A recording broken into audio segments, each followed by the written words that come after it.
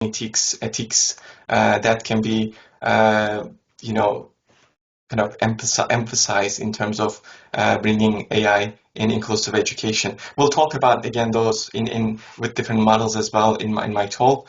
So I want to kind of turn the attention to some of the frameworks that are available for AI literacy, and with a focus on teacher education and teacher professional development. There are already some AI literacy frameworks, and it's really going fast in terms of what's coming out. One that is, I think, probably you'll recognize. This was published in September, I believe, September 2024, and the UNESCO presented or published two frameworks, one for teachers and one for students. And the one I'm presenting here is the AI competency framework for teachers. And so in this framework model, they see the teachers still primary users of AI in education. So the teachers are expected to be the designers and facilitators of student learning with AI. So it's very much human-centered, human-led role, but teachers are at the center of this AI use in education. They're also teachers are the guardians of safe and ethical practice of AI and AI-rich educational environments, and they will also serve as role models. So it's important that teachers are aware of limitations and potentials of AI-rich educational environments, so they can present a good use and ethical use and safe use of AI systems. So with that, they do have 5 principles, which starts with inclusive digital features. So there is inclusion embedded into this framework, and inclusion also in this framework means that it's very much human-led, human-centered. It is ethical and it's sustainable design, and teachers' understanding of how these systems are designed, and teachers are understanding the inherent threats about these AI systems are critical, so that they can make informed decisions about that.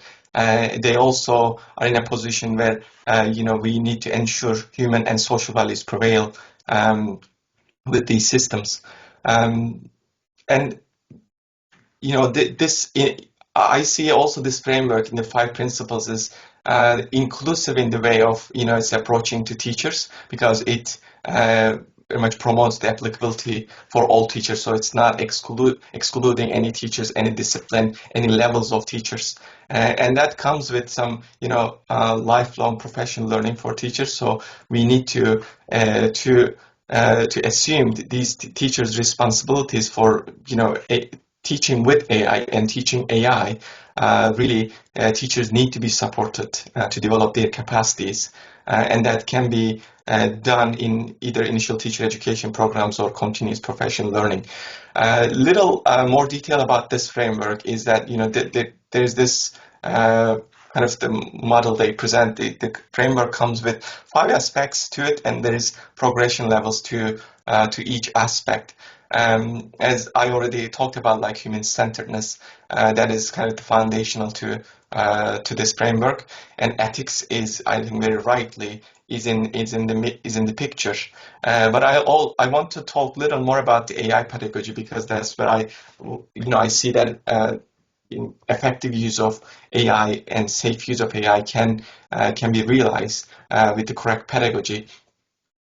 So the document details in terms of teacher competencies at each progression level. So this is not meant to be read, but just to show you the amount of detail that's presented. Yet this is not necessarily a document that they argue this is a blueprint for how to develop teacher competencies. What I also see from these tables is that there is an emphasis on integrating AI pedagogy through instructional design, which is a field for using technology or non-technology, developing techniques and models to deliver effective instruction. And that comes with a cycle of usually understanding the needs of the learners, understanding of the needs of the content, developing things and implementing it, and assessing the impact of your implementation, your plans. So the design thinking and doing this in the design phase is again emphasized in this framework. And as the authors of this framework say, the UNESCO's this framework shouldn't be seen as a master framework. Should be seen as a master framework, but not as a prescriptive blueprint of what AI knowledge or skills should be. But it is meant to help frame a national, state, or even local institutional framework. So this is just a presenting an overview of what should be there, but the details these days should be developed in the localized context. And in terms of pedagogy development, I don't know if you're familiar with the pedagogy, technological pedagogy models, and this is one that is quite well known, and this was originally developed in 2017 by Mishra and Kohler, now later updated in 2019 to bring more emphasis to the importance of contextual knowledge, because it can very much serve as a very hindrance to, even if you have the perfect understanding of technology, pedagogy, and the content, you may not realize effective technology integration if there are contextual factors that can prevent you to do so. And more recently, they reflected on the value of TPAC in the age of generative AI.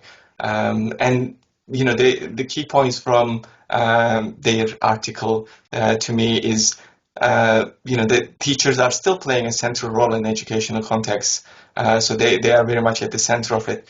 However, they note that the traditional roles of teachers may be called into question in terms of utilizing this model. What that means that in terms of technological pedagogical content, there may be a need for new pedagogies because of course, we are seeing AI systems as a type of technology, and looking at it as a technology, I think is a good perspective. Yet we also have to recognize what's different about AI systems, and that's where they're bringing focus to the AI systems. Unlike the other more conventional IT systems or ICT systems, have this agentic feature, so you can build conversations with generative AI. Therefore, we may need some new pedagogies around that. There is also reason to reimagine the content, as subject experts or some subject special teachers.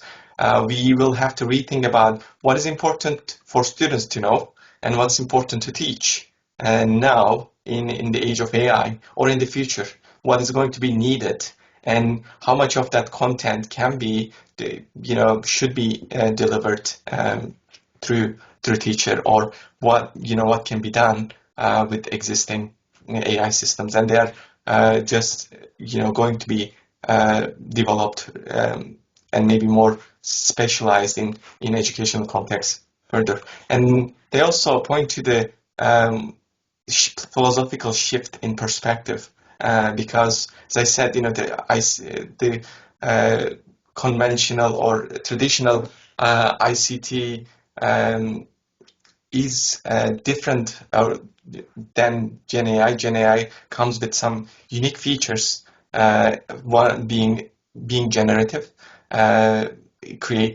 generate content, and also having a agency. And what does that mean for us to teach with this technology, with AI systems? So they bring that perspective into using models like the TPAC model for thinking about pedagogy. And just continuing the conversation with pedagogy, another, I think, good place to look at for the role of AI in education in general, but also in inclusive education, is the series of reports published by Open University annually. And then the latest report also points us, gives us some pointers in terms of learning with AI systems. So one thing they talk about is learning in conversation with generative AI. So that's the conversational feature of AI. So that can come in terms of having virtual tutors for students for their individual time in learning.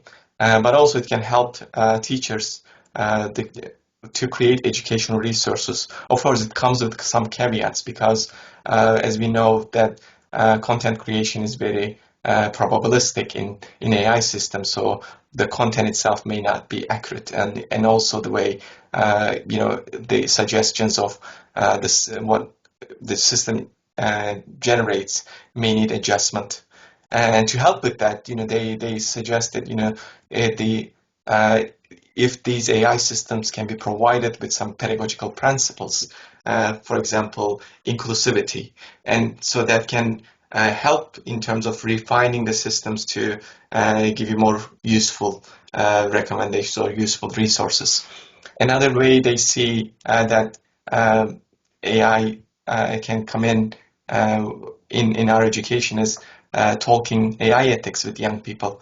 And this is important because we are now looking at AI systems, and they are developing very fast, and they are very much at the moment in the hands of at the companies developing these systems with maybe little input from educational stakeholders, key agents such as educators or learners. But learners are the future, our future, and they need to be at the center of this conversation, AI debates. And so talking AI, teaching about AI ethics with young people is important because we want them to be the decision makers in the future, and we want them to be very much in control of what is to come in future iterations of AI systems. Another way that AI can, contribute to pedagogy, they suggest, is the AI enhanced multimodal writing. So it's not necessarily always the learners are expected to write or develop projects or assignments, but it could be a collaboration with AI systems, but then learners, students are taking the role of critical editors, critical thinkers. Also, this can lead to some creativity.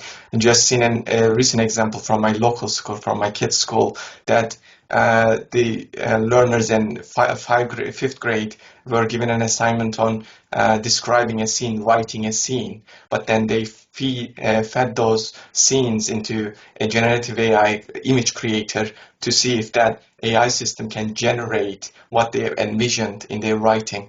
And that can lead to some creative outcomes. So, innovative pedagogy, using these reports, he is now an emeritus professor from Open University, Mike Sharples, published in 2019, just synthesizing all those innovative pedagogies, because pedagogy should be very much, key to our thinking about, bringing technology. So he published this practical book about different pedagogies, effective pedagogies, and it presents 40 different pedagogies. He categorized them in 6 different areas, domains, in terms of personalization, connectivity, and reflection, and so on.